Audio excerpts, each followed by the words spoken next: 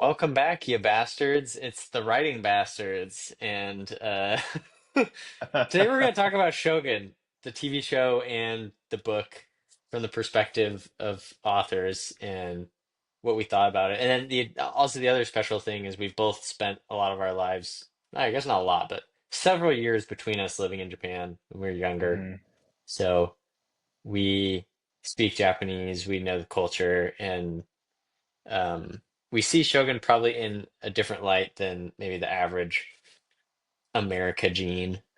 Um, Mm, totally so same. yeah, Yeah, well, boy, yeah, where to start? Yeah, you've seen the 1980? Did you ever watch the 1981? I got to preface first. Did you ever watch the very first Shogun show? Okay. I So, saw clips okay. of it. It looked hilarious, but Okay. All right. no. Wow, okay. I've overblown. I've done way. I've watched the 1980 show like two or three times. Really liked it. Read the book a few times. Really liked it. Watched the new show once because paying for Hulu just sucks. So, but anyway, yeah, no, oh yeah. So where would you like to Let's start, Neil? You tell me. let's start with the book because we Okay, care about books. I do love the book. It's a long What? book.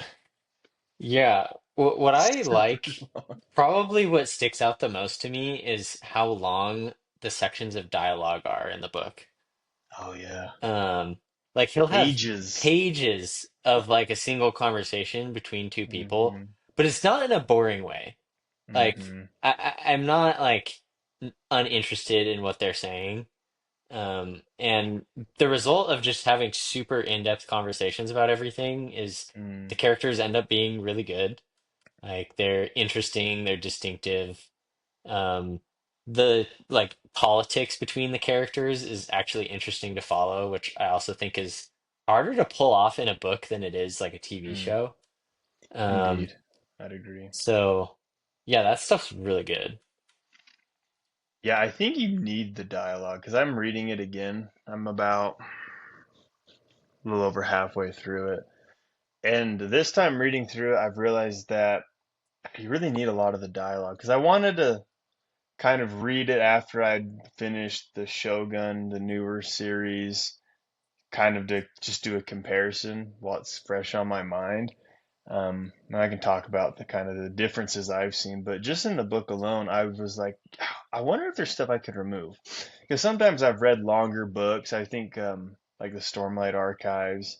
I haven't gotten to Malazan, but I think Stormlight, a lot of what Sanderson writes, really long.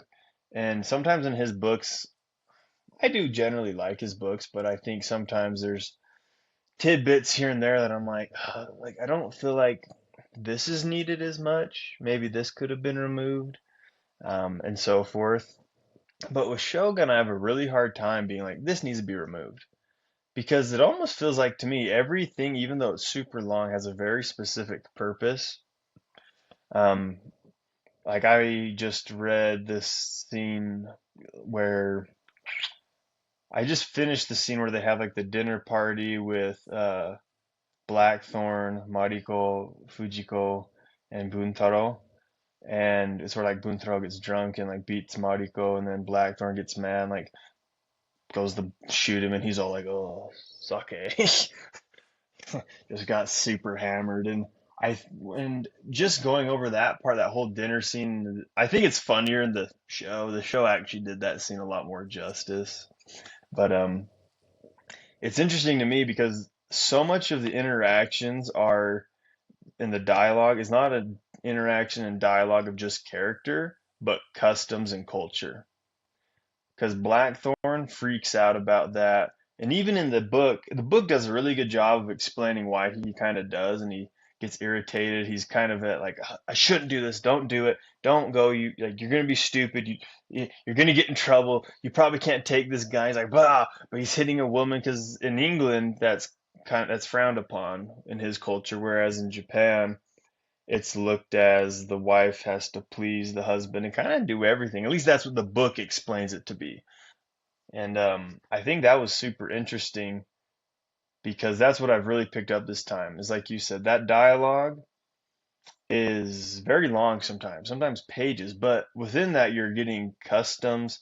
politics, and even somehow the fact that Blackthorn doesn't speak Japanese and he slowly learns it, and somehow they're able to integrate that into dialogue very seamlessly, this like translator process. Because I feel like that could get very boring trying to write that in a book. It's, trying to write a character in a court scene saying, "Well, I'm not a pirate," and then translator says he's not a pirate. Then the other guy hears he's not a pirate. Oh, okay. Well, why isn't he a pirate? Translator looks at main character. Why aren't you a pirate? Like that would just get meticulous to read. But somehow in this book they pulled it off really well. And not only that, but they mistranslate stuff. And the new show really shows this. I don't know if you picked it up, but just being able to, they speak a older version of Japanese, a lot more formal and older, but I was still able to pick up a good chunk of it. And when they would speak, I would be like, oh, you can see the subtitle kind of means what the Blackthorn said, but the actual Japanese is entirely like the nuance, the Fuinki. I don't know how to say that in English. If you know how to say that, The vibe. the vibe, is that how it translates? Uh, That's still a word I struggled with to this day. The Funky. yeah. And it's part of the plot too that Mm, he can't communicate perfectly, and yeah. sometimes like his translators will add in their own agendas. Like that's like Hmm. part of it too. Like it's not like like he wrote the book to be that way, and that's like part of the Hmm. plot elements that he struggles with that. So yeah, I think it's super good, and it's um this is sort of like a writing tip, like Brandon Sanderson talks about too, of like instead of just doing a big long paragraph explaining Hmm. stuff, it's better to use dialogue to Yes. reveal stuff about the world. Um, so it's technique generally, but that's Hmm. really how you see this book is through the eyes of the characters.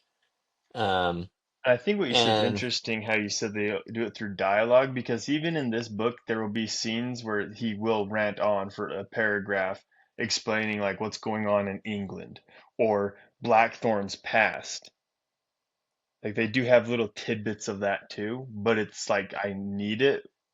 And I think that's really interesting because he really put together how to reveal through dialogue, but also like an I information I feel like a lot of through the info paragraph. is sometimes it's like within the main guy's head, Yeah, but that's yes. also Kind of like both. still better than just a straight up exposition, Yeah, it's a right? bit of internal. Yeah, that's for sure. Yeah, Um, monologue. so yeah, like there's some of that, but that's like just like good characterization, I feel Hmm. like, No, I'm not complaining which I about it for love. sure. Yeah.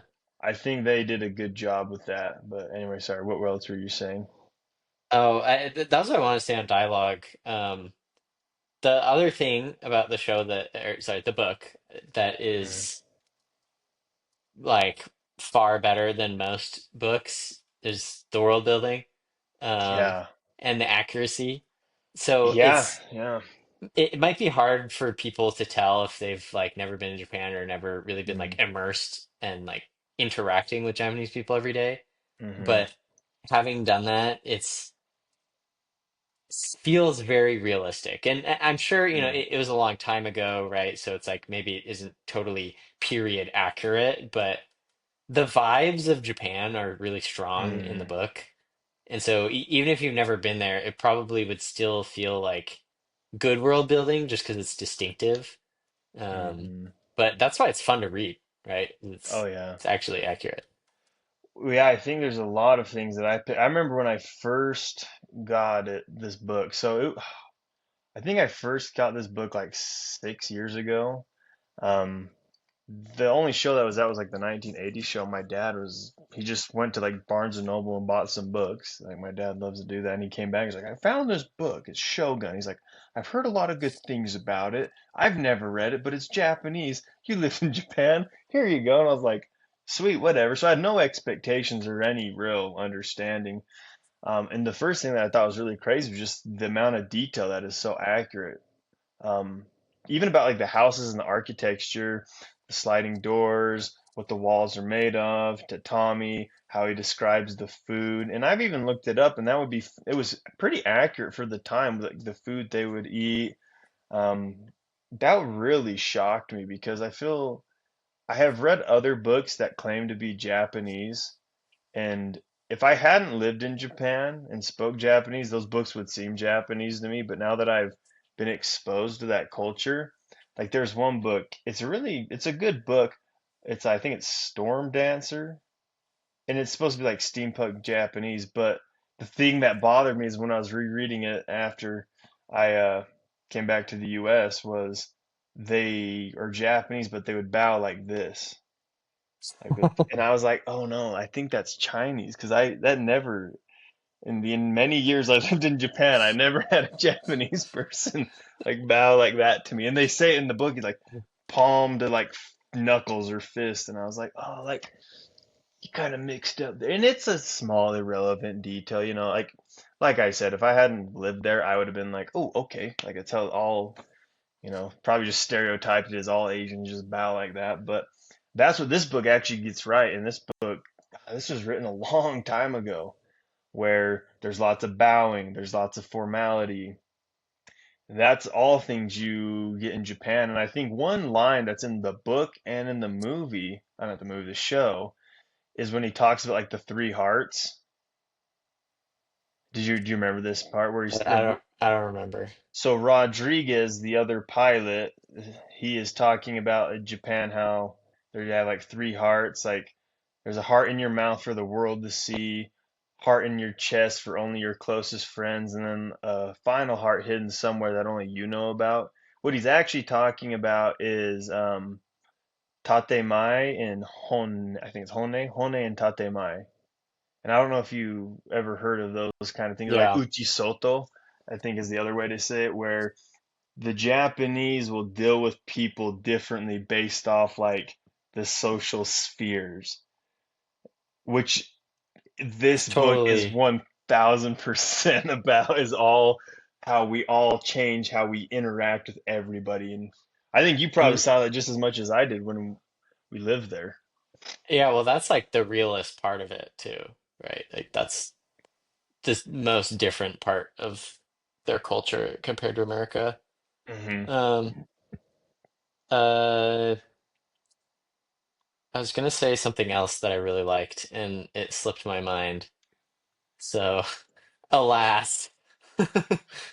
Yeah, no, well, I got I plenty more I started can always thinking keep I started chatting about. thinking about culture, and then I was like, ah, yeah. Oh, I got it. Okay. There we go. So We got it. the Let other them thing keep that I going. love is the more I read like deep first person, like primary source history, Hmm. and even like some memoirs and stuff, is uh the real world is stranger than fiction a lot of the time. Mm. Like there's stories in the real world that are so crazy, so unbelievable that it's just not something that a normal person would come up with because it just Hmm. seems so unreal. And I think those make for really good stories. Hmm. Um, and that's what's interesting about this book is it's like a novel, but it's based in a lot of truth. So it's like Hmm. Tokugawa, like he did kind of go through some of these things, like had to unify Japan and all of that, and the Hmm. interactions with like the Portuguese and stuff, and what sort of ports the Portuguese were at. And then this Blackthorn guy is totally a real dude, like Yeah, William Adams is verif a real guy. Yeah. verifiably, like they have a festival in Japan that's like about this guy. Yeah, they got a Um, rock that marks where his house used to be too. It's in like yeah, and somewhere in they like Ueno, I found think, a or grave Tokyo. and like were like analyzing the body and we're like, yeah, this looks like it's him. Um, Yeah. so it's like a little dramatized, but Hmm. it's a pretty interesting story and it's like it's not made up. So like he kind of like Hmm. it was smart to take on like a fascinating plot and sort of dramatize it a little bit. Yeah, I mean, I think for the majority, like there are definitely, obviously, you're never going to get historical fiction that's going to be perfect with history because the minute you make it exactly like history, it just kind of is boring. Because let's be honest, like every day-to-day life is not that amazing. We don't go through these like crazy plots and stuff, but yeah, I think that's the most interesting thing is that he basically took like Tokugawa Ieyasu and made that. Toranaga. Blackthorn, he just made that was William Adams. And I don't know, I've heard that through like on the history and on the grave site of this Blackthorn or um, Angine or whatever you want to call him. He's got so many names. William Adams. They even like they said like married like a Japanese lady. He became a hatamoto, which is the exact same in this. He didn't really marry a Japanese lady or hasn't yet. I don't know how hard the show is gonna weeb, so we'll find out. Um, but that happened in real life, supposedly, and then he supposedly had kids, eventually died there. But the crazy thing is, in real life, he did build ships for Tokugawa Ieyasu, I believe, like these big kind of, they call them the barbarian ships, the black ships, and that gets alluded to near the end of the show as well, because a lot of people didn't like how the show just kind of has a cliffhanger ending, but that's really pretty accurate with the book, but also I think it's a good place to end it. Um, but I've heard they're making season two, but I'm also happy with that because now it's like, oh, you just follow history at this point, because that was the smartest thing about this author is how he put it so close to history. It's like, oh, you can take some creative liberties to make it more like of a drama and a little bit crazier, but overall, I think the politics probably wouldn't have been that far-fetched for the time just based off of the reading of Japanese history that I've done, they had some wild politics. I mean, crazy, and a lot of backstabbing. And the thing that I think is interesting is, unlike like Game of Thrones and other big fantasy series with politics they're almost like in your face politics. This is like a lot of kind of behind the back, sleight of hands. It's really just it's like political maneuvering at its finest. I feel like that's what they did so well in this show. And even in Yeah, the book, amazing, like you said, with the dialogue, there's so much politics within the dialogue that you kind of have to pay attention to and keep track of.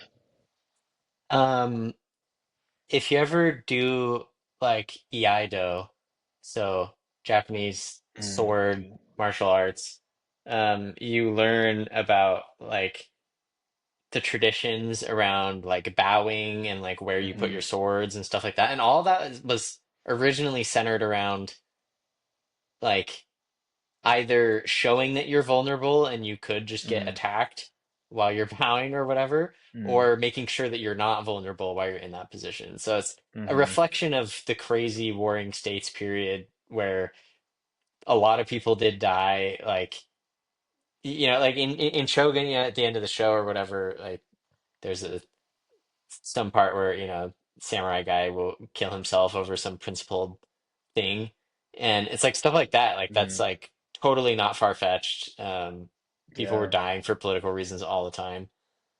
They Um, have a couple like but seppuku or harakiri scenes in this show, actually. I was quite surprised. I feel like yeah. I feel like it's a hard like mindset for Western people to kind of get if you haven't lived in the culture and you're like understand how big respect and face and honor all mean to the Japanese as a society. And yeah, I'd agree with you because I've done doing Iaido and Kendo. I've learned that like, oh yeah, it's really interesting. All the it's very ritualistic feeling to me. Very, you know, bowing, the way you hold your sword. Um, one thing I think the show did that's actually super interesting. I don't know if anyone caught this, but I did. I also watched sumo. I my one buddy, he'll know who he is. Is he got into sumo before I did, and then he got me into sumo.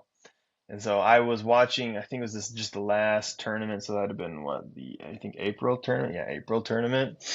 There's a shot of the camera where the sumo, they're kind of doing the ceremony. They're throwing the salt on. They have the clay mound. There's another sumo and he's holding a katana, but he has like a cloth covering his hand, so he's not touching the sword directly. And in Shogun, you'll actually see Fujiko when she brings like the swords and the guns. Her like hands are all like this, right? Like kind of wrapped Hmm. up.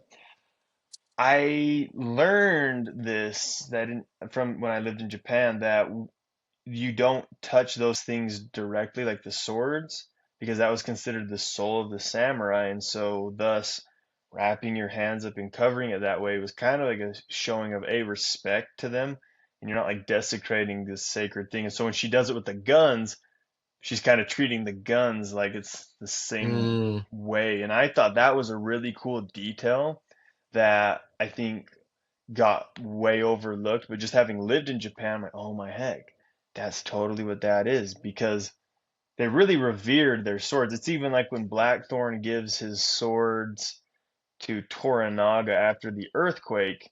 It's kind of an interesting scene because if you remember, Fujiko's father was a dishonored samurai. And so these swords kind of have like a history of shame. And you wouldn't really offer these to your like the daimyo or your lord because they're kind of seen as less, right? I think that's one thing that I've learned is that if there's some object that has been tied to dishonor, you tend not to want to give it to people. Like that kind of continues in Japan where like if someone died in a house, people don't really want to like move into the house. I've seen that too. And I think it's interesting because when he gives it to Toranaga, he doesn't really have like a choice because he lost his swords.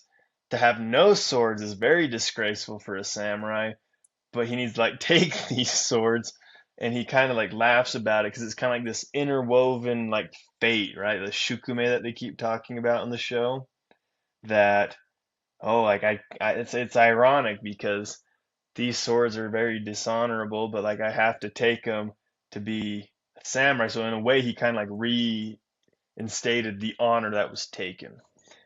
Well, I might be reading too in depth. That's kind of what I read from a lot of the just having lived in Japan and kind of picking up the nuance. The show's nuanced, and so is the book. Like there's so much that I keep picking up every time. yeah, let's talk about the show. So You want to talk about the here eating here's natto part? here's my thoughts. So first of all, they adapted it from the book very Mm, closely in many ways. mm, Like yes. many scenes are one for one with the book. Hmm. Like you're saying, pieces of dialogue are one for one. Yeah, Um, pretty darn close. so Yeah. that's always a good thing. Like Hmm. I honestly am like trying to think about like movies or TV shows where they adapted it really closely to the book that have been bad. And I feel like I can't think of like any well-known stuff. So, um I just think it's Yeah. like a great way to do it, right? Like the book was good. Everyone knows the book is good, so just do the show in the same way, and that's what they did, which is awesome. Um, they obviously made it feel very Japanese-esque. Um, Hmm. like the world building of the show is amazing, obviously, and that's a lot of the reason why it, like won awards and stuff. It Hmm. looks really good, feels good, like just super authentic feeling. They got the right people to do it, obviously. Like, yeah, the director's awesome. I was gonna Um, say, I think the guy that plays Toranaga was an executive producer, and from what I'm aware, it was mostly a Japanese production crew who all had very extensive careers making uh like the period drama, like the Jiraigekis. They had mhm. very long history. So I think that like is a culmination of all of that that made it so authentic. And Yeah. So even I talking love about the that. scenes, I think there's a guy on YouTube. Um, I think you just type in like Shogun, like 2025 versus 1980. He will compare those, but he also did this one where it's like where Blackthorn draws the guns on Omi because Omi wants his guns. He compares it to the book, and it is like ridiculous how close it is to the book. Like he does like 1980s in the book and then 2000 in the book. And I was like, "Oh my gosh, like just when you're talking about it, it made me remember how one to one." So if anyone goes onto YouTube, you should check out that guy's channel because it is insane. He went through so much of the book and I was watching it the other day. I can't remember his name, Shogun something, but worth a watch just to see how well they adapted it. Yeah. Um, the only thing I didn't like is the portrayal of Blackthorn, I think is not good and also not very accurate. Um, Yeah, I think they so Yeah, go ahead. No, He you start. he's so like the plot and the situations he's in are the same as the book, but his character and like his vibe and his personality is way different in the show. I think he's a lot more boring. He's a lot more useless. Um, doesn't have the same presence that he does in the book, and doesn't have as strong of a personality, which is weird. And then like the random moments where he like tries to act like he's gonna like do something, it feels forced to me. So Mm, I think it's partially like they just didn't really frame him as strongly as he is in the book. And then, because mm-hmm. he's really like kind of useless in the show for a lot of it, which was odd to me because he's such a main character in the book. Like he really drives things. And Yeah. he's really competent in the book too. Like he contributes a lot, and that's why the samurai value him. Whereas in the show, like I didn't feel like that was displayed as well. So Mm, anyway, I think it's partially just kind of the way they set the character up, and mm-hmm. then I think the guy is a good actor, but he's not who I would have imagined would be Blackthorn. Um, Mm. I think Blackthorn's even supposed to be a little older than um, the guy is. 35 or 36, I think, is like the book. In mid 30s in the book, yeah. Yeah, so I feel like they could have done that differently. That was hard to ignore. I actually But liked Richard yeah, Chamberlain in the 1980s. I thought he did a really good job playing Blackthorn. And I know it's the 1980s version has like a lot of flaws. A lot of people kind of laugh at it. But I was like, okay, well, first off, it's a product a bit, everything you make is going to be to a degree a product of its time. But I thought, despite all of its 80s feel, it was still really well done. I mean, they had Tornagawa's Toshiro Mifune, and I love him in anything. he's awesome. And Blackthorn in that one had a very strong presence. The only downside is they seem to focus more on the romance in that one than this one, where it was really non-existent almost. But I think my biggest thing is I feel like they really just Blackthorn was made to just be kind of just like an observer in this one versus in the 1980s show and in the book, he's an actual character.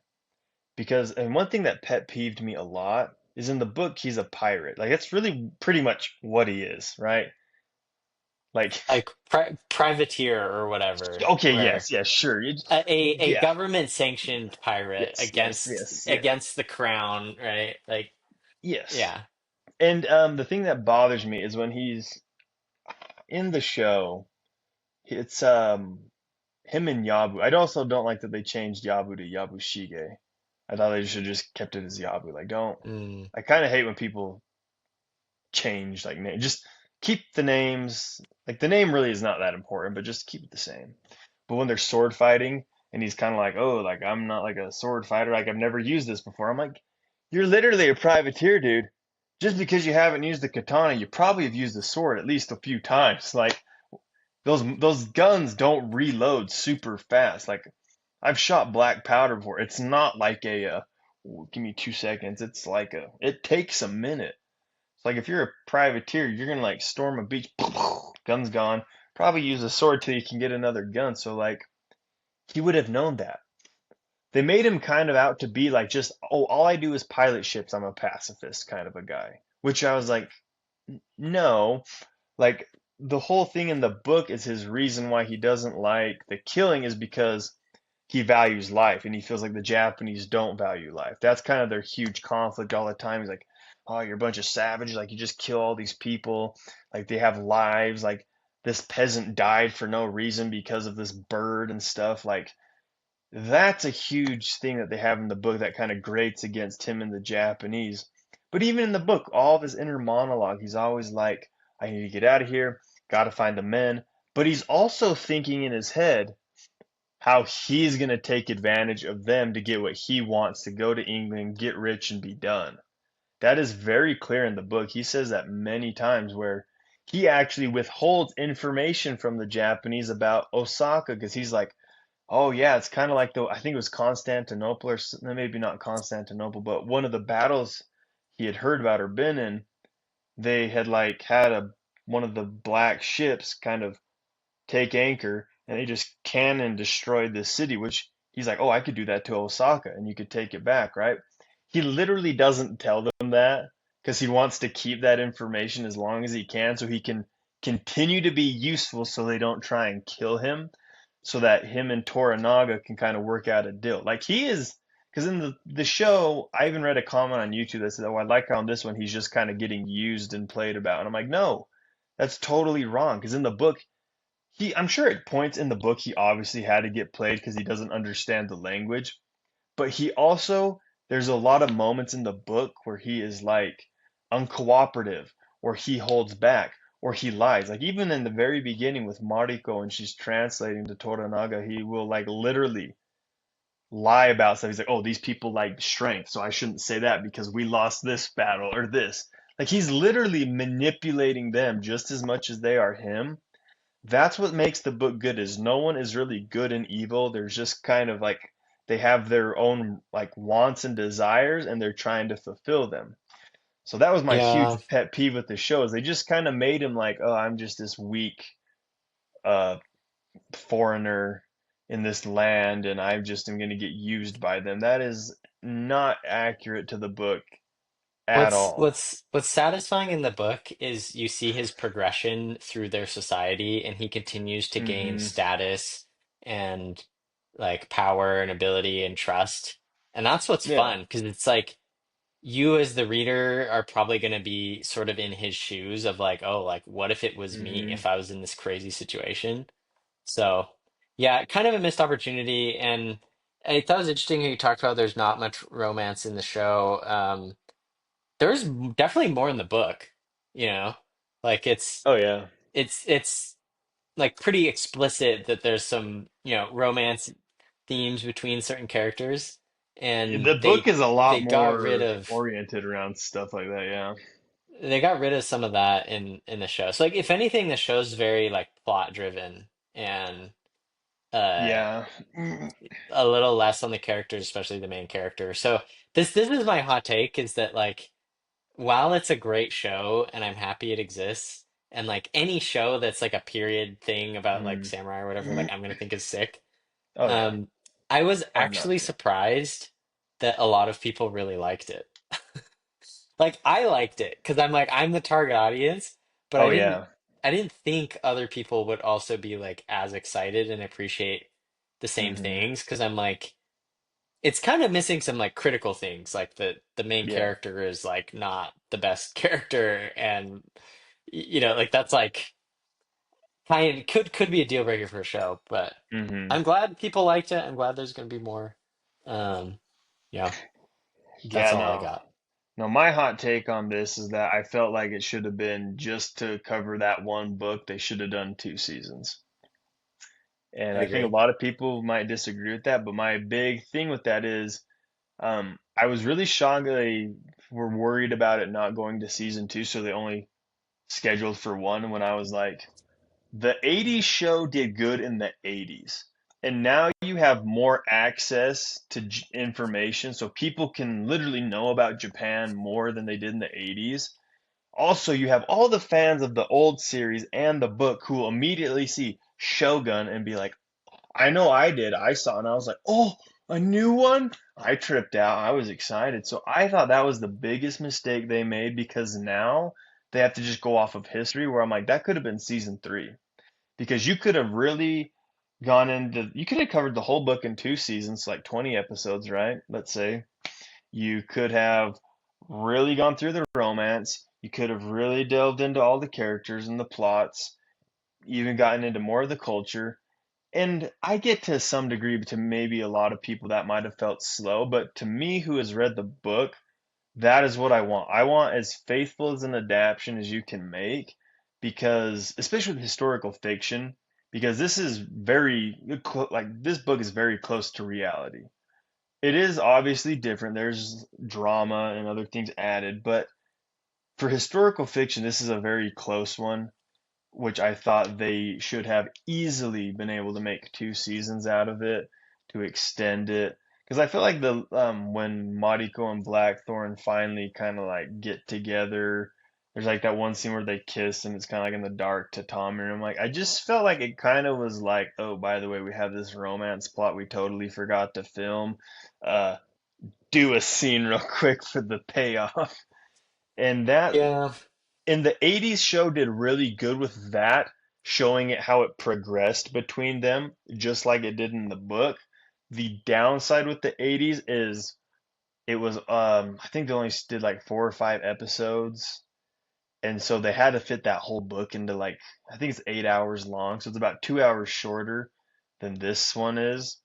And so to me, it's like, yeah, that's hard. And back then they did it on television like every Sunday. So it had to also be television appropriate. So my big thing is I feel like the 80s would have been the better rendition of the two. If you made it now, I think the 80s would be 1,000 times better because nowadays you can be like, oh, it's Hulu. We can show people getting their heads cut off. And if we have to show a naked person here and there, like we don't care. We just do TVMA, done. Like easy. But back then it had to be more appropriate. So I think that was its big problem. The 80s just had so many restrictions on it. But yeah, I was also with you. I think the show, I was shocked that it was received so well. I partially thought that was because people are looking for their new replacement for Game of Thrones. I feel like House of Dragon isn't hitting people the way they want it to hit, and so It's not good. people are looking for a new Bad show. show to like, yeah, I had a rough time watching it, but I think that's why Um, so many people liked it is because Shogun had even better politics than Game of Thrones, and people love that kind of intrigue and interwoven plots. I think that's why it was just so effective in general. But yeah, I mean the show moves through a lot of plot quickly, so mhm, I mean I guess that's the advantage of doing it all in one season. But yeah, I mean knowing yeah, what they know now, like maybe they could have gone back and mhm, split it up longer, but it is what it yeah, is. yeah. Well, No, I generally thought it was good. any Yeah, I'm not gonna say it was a bad show. I think it was as good as with their as definitely. much foresight. They did pretty good. Well, there's not that many like good TV shows that come out. Mm-mm. Like there's like a handful every year. So I mean among that, like obviously it's good. Um, Oh, I do but have to ask you, it's did you just like not like all time. this is really nitpicky, but the effect, this drove me nuts though about this, is that fisheye lens they used for so much of the shooting. Did you even notice this, where the I edges are didn't. like blurred out? Oh my God, I it did. I don't don't know know what you're talking why. about. Dude, okay, you need to go Uh, watch, like, at least just watch episode one for like the first 10 minutes because it's literally like in some of the scenes, especially when they're like walking into buildings, it's kind of like you can tell this like circle area is the focal point and it's kind of like mm, blurry. I only know this from playing Skate 2. That's what it's called, is the fisheye lens, but it drove me nuts because I was like, no, like I want to see the whole world, like not these like close up like kimono walking, like no, like this is like a cool world. Like you're in like Sengoku Japan era is awesome. Like you want to see everything, Get the uh, widescreen. So you have to look at that because that bothered me quite. I got used to it and it didn't bug me after a while, but the first bit was like, oh, they used this effect. But just nitpicky I don't know. preferences. So yeah, anyway. Yeah. Interesting. Well, that's all I got. So, Yeah, no, I mean, I could talk about random details in the show for hours. I mean, yeah, you could do a couple of these with me, so I'll withhold for now. But yeah, no. Any last thoughts or no? Nothing? All right, all right. Well, thank you everybody for watching. If you liked this, give it a like. If you want to see more of us, feel free to subscribe to our channel below. We have a ton of videos going over video games, books, and just about anything else we can think of. So, yeah, support us, and we'll see you guys next time. and yeah, check out our books in the description if you like Before I fantasy forget my sci-fi.